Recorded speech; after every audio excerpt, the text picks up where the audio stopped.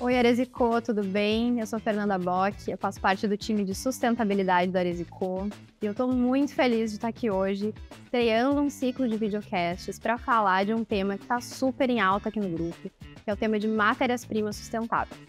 Convidamos duas pessoas muito especiais para contar os desafios do dia a dia aqui nesse tema.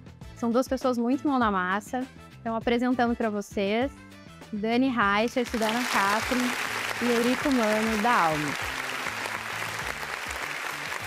Pessoal, o Índice de Sustentabilidade da Business of Fashion avaliou 30 grandes marcas, incluindo Kering, Adidas e Burberry, sobre as suas metas para 2030 relacionadas ao tema de sustentabilidade e também incluía o tema de matérias-primas sustentáveis. Aqui na Arezico, a gente também tem uma meta super desafiadora, que é atingir 60% de matérias-primas sustentáveis em todos os produtos do grupo até 2030. Dani, conta para nós como foi em 2022 toda essa jornada, já que a gente acelerou muito esse tema, e conta como é que foram os desafios para a Anacap. Eu acho que quando a gente fala em sustentabilidade, né, o maior desafio é entender que a gente não está só falando de matérias-primas, a gente está falando de todo um processo e de toda uma cadeia, né? E quando a gente fala em desenvolvimento de produto, principalmente, essa cadeia ela tem que estar muito engajada, ela tem que estar trabalhando muito junto, né?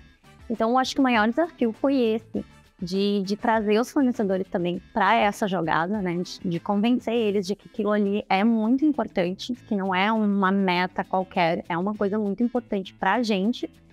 E eu acho que chamar eles para trabalhar junto com a gente foi bastante desafiador, né? E para começo, assim, que a gente fez, a gente juntou, então, uma equipe, né, de pessoas dos setores, e a gente criou uma lista de atributos sustentáveis. E nessa lista, a gente conseguiu mensurar, então, o que era considerado e que tipo de produto a gente poderia trazer para dentro desse casting de sustentabilidade, né? A gente trouxe os fornecedores para cá, explicou para eles, sensou, isso aqui é isso aqui é aquilo, vem cá, vamos fazer junto, vamos trabalhar junto. E a gente conseguiu, graças a esse trabalho, a esse conjunto, bater essa meta, né? Mas o engajamento ele é muito importante, né? E a gente nota uma dificuldade nos fornecedores de entender o que a gente está falando.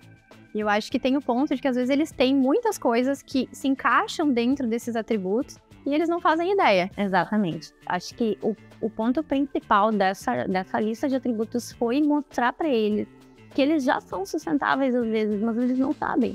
E foi bem interessante, assim, foi um trabalho bem demorado, né?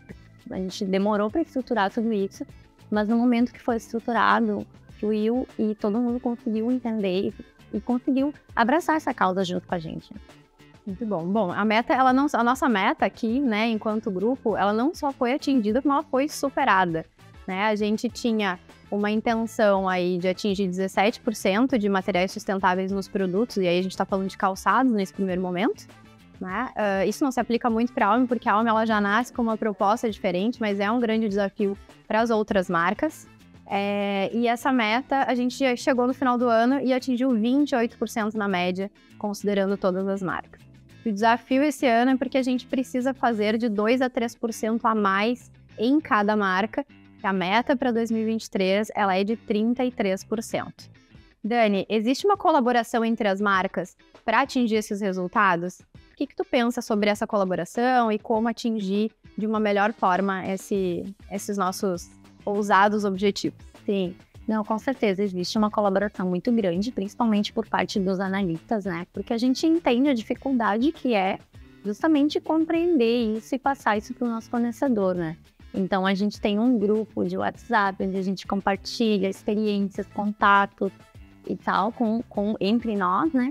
E, além disso, a gente tem a nossa materioteca, que é onde a gente expõe aquilo que já deu certo. Por exemplo, na Anacap, a gente tem esse produto aqui, onde todo o cabedal dele é de processo sustentável, né? Reutilização de água, energia renovável, O bridão também, ele é um metal, então ele não provoca resíduos, né? A nossa sola, ela é de TR reciclado também. Então, a gente pega esses produtos que já deram certo e a gente leva para essa materioteca. E aí, outras marcas, eles conseguem reaproveitar, talvez o mesmo fornecedor, não o mesmo produto, mas tendo de que esse fornecedor tem esse processo, a gente já consegue fazer um casamento aí das marcas. Bom, falado tudo isso, né, desse desafio, a gente vê também, né, hoje os consumidores mais exigentes e mais preocupados com a forma de produção dos produtos, a origem das matérias-primas. E a gente tem uma pesquisa de sustentabilidade no varejo da Bain & Company que fala que 14% dos consumidores levam em conta fatores socioambientais na hora da compra e que para 27% o planeta é a terceira opção considerada na escolha de compra. Só perde para qualidade e benefício para a saúde. A pesquisa também ela resume que os varejistas precisam fazer a ponte entre o que os consumidores dizem e fazem e oferecer melhores escolhas relacionadas à sustentabilidade. Eurico, como é que a Almi faz essa ponte com os consumidores? E conta pra gente como que é o processo de criação, né, e de pensamento de sustentabilidade da Almi. Eu acho que a sustentabilidade, como a Dani falou também, ela é integrada, né? Ela é um movimento integrativo, ela é sistêmico, né? Não tem como você pensar de um lado e não estar pensando no outro, né? Então a gente, enquanto Almi, a gente tem um compromisso acima de tudo. A gente entende o momento social que a gente está vivendo e cultural de consumo. A gente entende a nossa responsabilidade, né, em todo esse movimento. Então a gente tem uma responsabilidade em, no início do desenvolvimento, trabalhar com as matérias-primas, buscar matérias-primas que tenham o menor impacto ambiental, que de fato entender esses processos, né, para que de fato eles possam estar poluindo menos o meio ambiente também e reduzindo cada vez mais esse tipo de impacto que a gente gera. Isso no processo de desenvolvimento, né, de matérias-primas.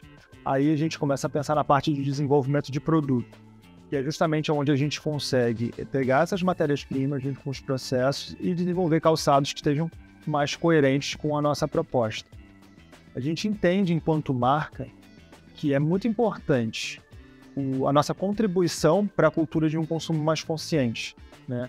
Com isso, a gente não só está oferecendo produtos que gerem menor impacto ambiental, que tem uma pegada de carbono mais leve também, porque isso também é essencial para a gente. A gente não só faz essa seleção de matérias-primas, como a gente calcula todas as quantidades de emissões que esses produtos produzem ao final de uma produção toda. Então a gente tem isso tudo mensurado para que a gente então possa neutralizar, ou seja, compensar essas emissões, né, ao final da produção, entendendo que é nossa responsabilidade enquanto marca, de fato, neutralizar essas emissões. Bom, porque é uma responsabilidade nossa. A gente está entregando para esse cliente, isso eu acho muito mágico. A gente entrega para o cliente um produto que tem um preço competitivo de mercado, mas ainda assim ele é carbono neutro, né? A gente está entregando um produto zerado para aquele cliente. Ou seja, a gente tem consciência que para produzir a gente polui, a gente escolhe matérias-primas que poluam menos o meio ambiente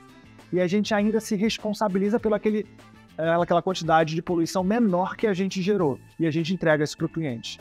E eu acredito que essa consciência ela é algo que muito em breve vai se tornar parte de todas as marcas. Tem que ser, né? Faz parte de uma questão de fazer aquilo que é correto, né, para o planeta e para todo esse movimento que a gente está contribuindo.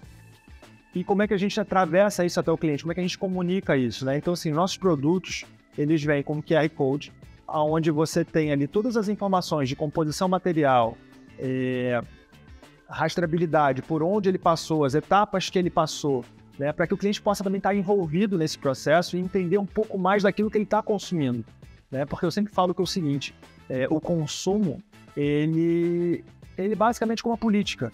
Você, quando opta por consumir numa marca, você está dando o seu voto para aquela marca. Então eu acho que a gente precisa cada vez mais incentivar esse consumidor com informações para que ele possa optar de forma mais inteligente.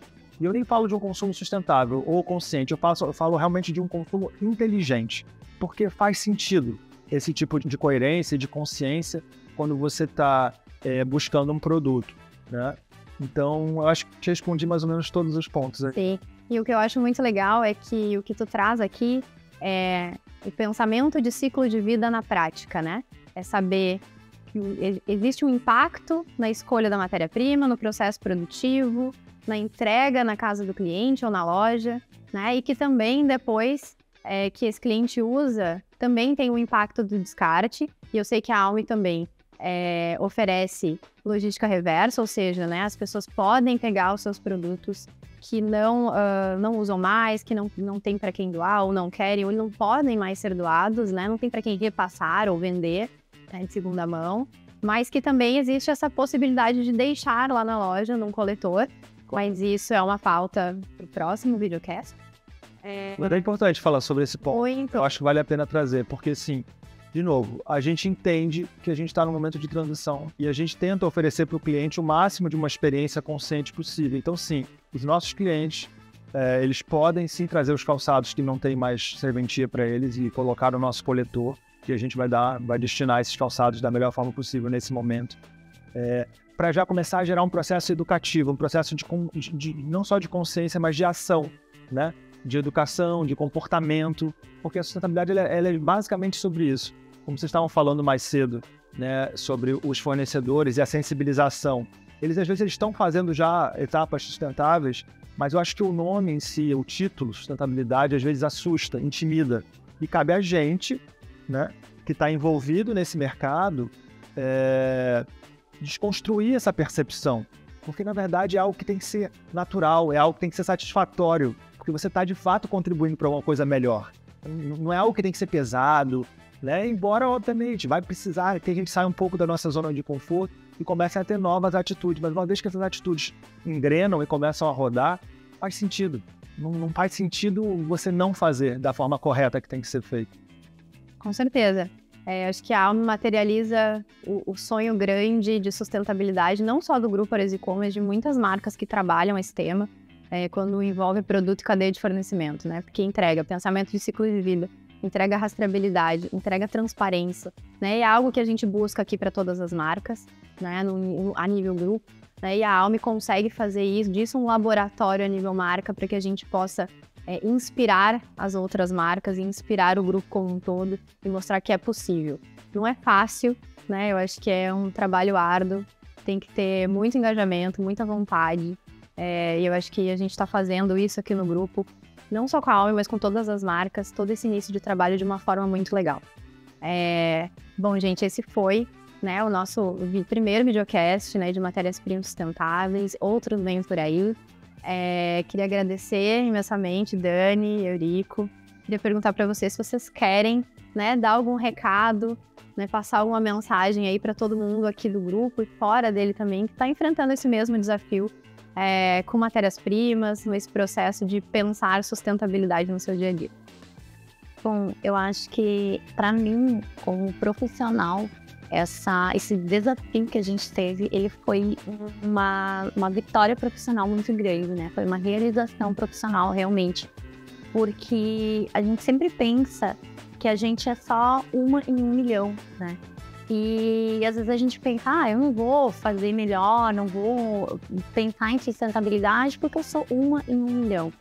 Só que se todo mundo começar a fazer a sua parte, daqui a pouco 1 milhão vão ser 1 milhão e uma que não vai estar fazendo, né?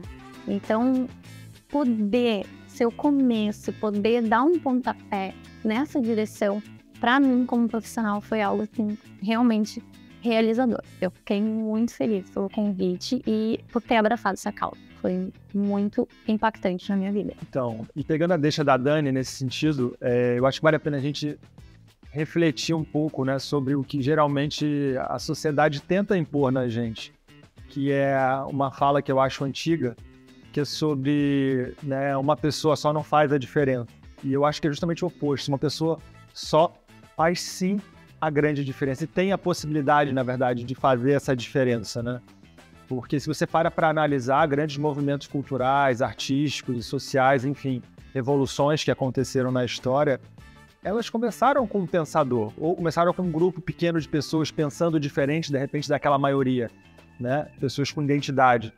E isso foi tomando para outras proporções, assim. Então eu acho que a gente Pensando sobre sustentabilidade, acho que é um bom ponto de partida entender que sim, uma pessoa só e um pequeno grupo sim podem fazer grandes diferenças para a gente estar sempre realmente se manter nessa mesma frequência. Uma outra coisa eu acho importante se conectar com pessoas que pensem parecido, que tenham esse olhar para a mesma direção, né, da sustentabilidade, de fazer opções mais corretas, mais certas e em termos né, quando se trata de menor impacto. E uma coisa que eu acho muito importante também lembrar é que a sustentabilidade, ela nesse momento que a gente está, ela já está deixando de ser uma opção, né? Eu acho que talvez há uns anos atrás, algumas décadas, ela ainda era uma opção, mas agora, na verdade, ela é um dever, né? E a gente não deveria ter medo da sustentabilidade e sim tentar entender, porque é uma forma de vida, é um estilo de vida que a gente vai cada vez mais ter que abraçar, né? Tanto no micro-universo quanto no macro. E eu acho que, acima de tudo, é troca. É conversar, é trocar ideia, é perguntar, não ter medo. Isso é outra coisa também que eu sempre penso. As pessoas hoje em dia têm muita vergonha, né, de não saber alguma coisa, e é justamente o oposto. A sustentabilidade, o tempo inteiro, ela está se reinventando, está se redescobrindo. Então, assim, não tenha vergonha de não saber alguma coisa. Pergunta, se conecta com outra pessoa, porque aí você consegue abrir esse espaço para trazer essa conversa, que é o mais importante, eu acho que é isso, tá sempre trazendo a conversa para dentro das rodas, assim. Então, eu acho que é o que eu poderia falar um pouco sobre o que eu pensaria em contribuir nesse sentido.